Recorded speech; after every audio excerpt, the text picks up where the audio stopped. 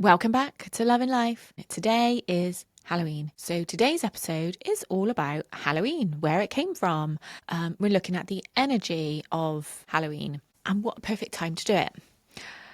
And it's very relevant today because it was like a scene from The Exorcist when we woke up this morning. Craig went in the living room first, which is where Rufus sleeps, in his crate. And he came out of the room and he's like, it is carnage in there. So I went in, and I'm sorry if you're eating or if you've got a weak stomach, but there was sick and shit everywhere. So that's been an interesting morning.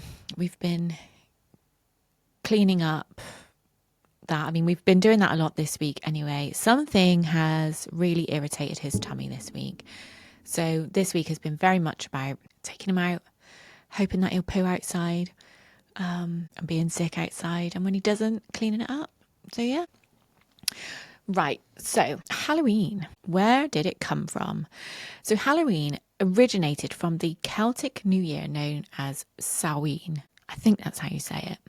I'm sure there will be people who are very much into this kind of thing that will probably correct me if I've said that wrong. It's spelt Samhain, but it said Samhain. And Samhain is 1/8 of the wheel of the year. So I'll go into what Samhain means in a little bit deeper in a little while. But basically, over time, as Christianity spread, Samhain blended into All Hallows Eve and eventually into Halloween. So in a way, Halloween still carries traces of that symbolism, transformation, mystery, honouring what has passed and stepping into a new season. And I think that's why so many of us feel something special in the air at this time, even if we don't consciously know the origins of what we are celebrating. There's a shift. There's a stillness, there's a transition. So today I want to explore how we can embrace both the fun, playful, colourful energy of Halloween and the deeper, reflective, intuitive energy of Samhain. Because we don't have to choose, we can celebrate both, and we can enjoy the costumes, the candles, but also honour what the season represents, which is releasing, resting, and trusting the quiet moments where new beginnings stem from. So Halloween, as we know it today, is a blend of ancient Celtic traditions with a Christian influence but with modern customs. But the word Halloween comes from All Hallows Eve. So the night before All Saints' Day, which is November the 1st, so tomorrow. And this is a Christian holiday created to honour saints and martyrs. But like I said, as Christianity spread through Europe and many pagan customs were started to become absorbed or reinterpreted, Samhain, which is the Celtic New Year, which is celebrated at the right time, it just became part of that. Most people know Halloween now as pumpkins, sweets, scary films, and I love all of that. I love decorating. I love the cozy, playful side of it, and I love that it brings this sense of magic and imagination into the world. But before Halloween became what it is today, it began as Samhain. And this is, like I said, an ancient Celtic festival marking the end of the harvest season and the beginning of winter. So that is why it's known as the Celtic New Year. I've gone into the Wheel of the Year in one of my earlier episodes where I had one of my friends, Mel Gillespie, on the podcast, and she celebrates the Celtic Wheel of the Year, the pagan Wheel of the Year. And so if you want to go back and understand more about that, then go back to that episode. But Samhain is 1/8 of that. And this happens to be this time of year. And it marks the end of the harvest season and the start of winter. It's celebrated on October the 31st, from sunset on October the 31st to sunset on November the 1st. So for 24 hours. Oh, and this is just in the Northern Hemisphere. So if you are in Australia, which a growing number of you are, then I don't really know, to be honest. You'll have to let me know. But if you tie that into the energy of the seasons, at the moment, nature is starting to die back. The leaves are falling. The air is day by day getting cooler and cooler. The nights are getting longer, and it's a time of darkness. It's a time of endings. It's a time of stillness where new beginnings are forming in the darkness. Now, the spiritual significance of Samhain is that the veil between the two worlds, so the physical and the spiritual, is believed to be at its thinnest, making this a really powerful time for intuition, connecting with ancestors and connecting with the divine. And of course, back in the day, people were scared of that. It's only in more recent years that it's become more acceptable and less scary, I guess, to connect with the spiritual, to connect with the other side, the afterlife, I guess, the spiritual realm. But Samhain honours the cycle of life, death and birth, rebirth. So people traditionally lit candles or bonfires to guide spirits home and keep away unwanted energies. So this is where the spookiness has crept in. The scary masks, the scary costumes. People didn't actually want to welcome in those energies, so they tried to scare them away. Samhain is a time for reflection.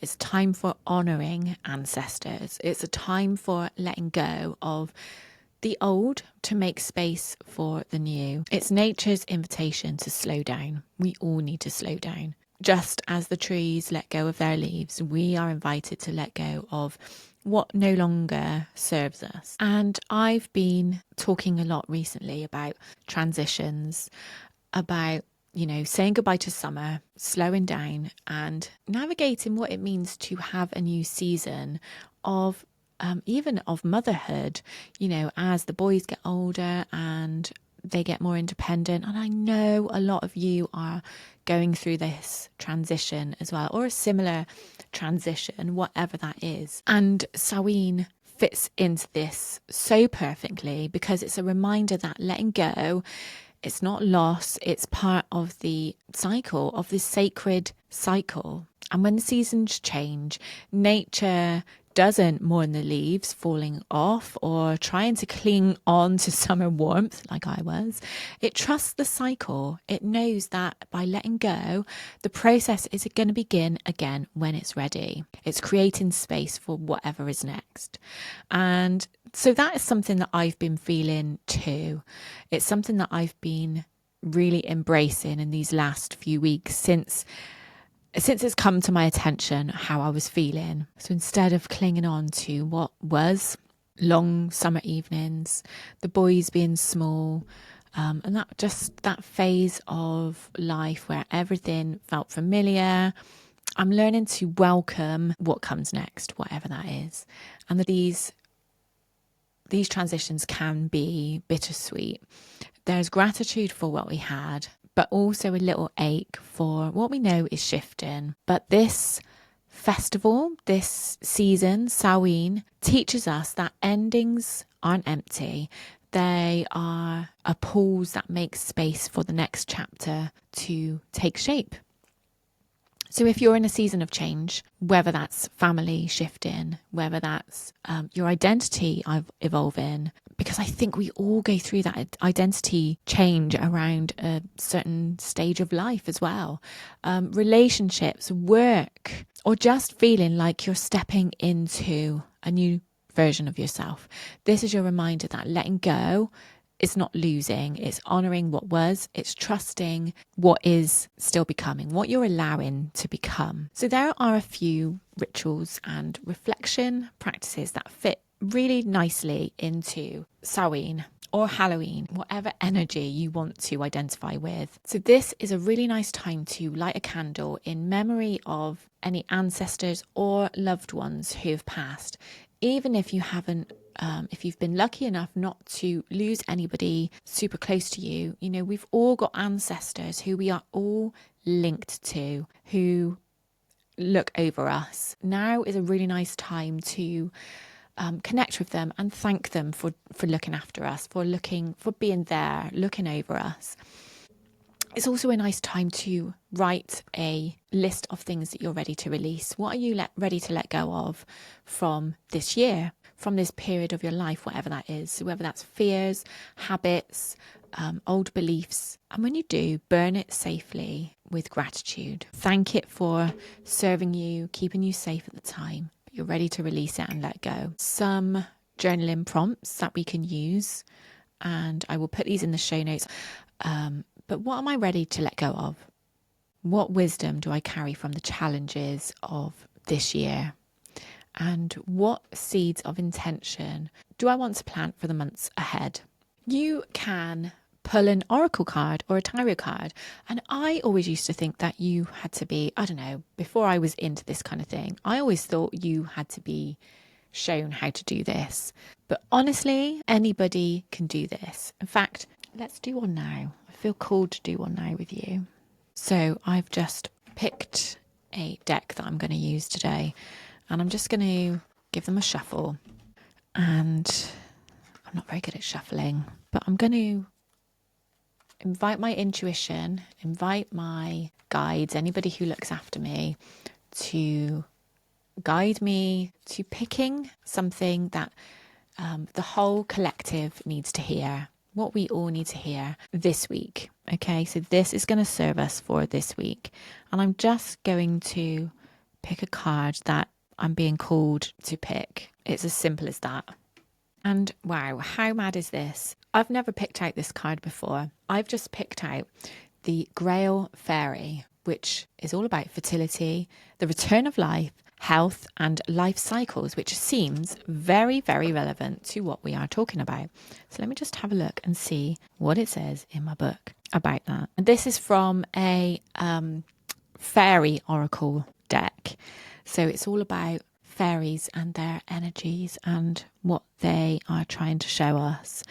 So this says, and I'll just go through this like super quickly rather than reading it all out. So on this card is a fairy bathing in the pool of the moon and holding up her magical chalice of life to collect the enchanted water which will soon be raining on you. So to me that means the newness that it will come through. She sprinkles it on what seems to be dead and dry and beyond life and renew the dormant life force within them. She honours the turning of the wheel of life and the cycles through which we all move. She does this knowing that this will bring forth creative ideas, artworks, dreams, love and partnerships to be cleansed and renewed. She's all about holding, receiving, growing and allowing in love, fertility, energy and the life force itself. That seems very relevant to what we are talking about this time of year, about allowing things to rest,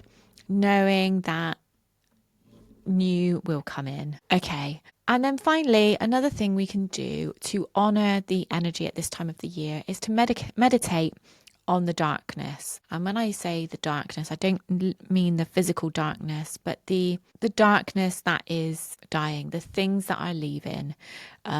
Visualize it not as emptiness, but as a space where transformation begins. So just allow that to create space. So just to wrap up, Samhain, Halloween, reminds us that letting go isn't loss, it's part of a cycle. Just like nature, we can't always be in bloom. We have to rest, we have to release, and we have to reflect to allow us to grow and have the energy when spring comes. So if you've been feeling any resistance, any tiredness lately, then maybe this is your cue to stop pushing and start trusting. Trust the pause, trust the slowing down, embrace the slowing down, trust the darkness, because this is where new light is born. Thank you for joining me today. I would love you to tag me in any of these rituals or reflections that you do. If you could tag me in your stories or your posts, that would be amazing. And so as I can share them and inspire other people, I will also share a few things that I'm doing later, although I will have a house full of 16-year-olds again later on today. Why do I do it? Why do I do it? Anyway, it's not going to be forever. This is one of those things that it's part of this stage of life, the teen years.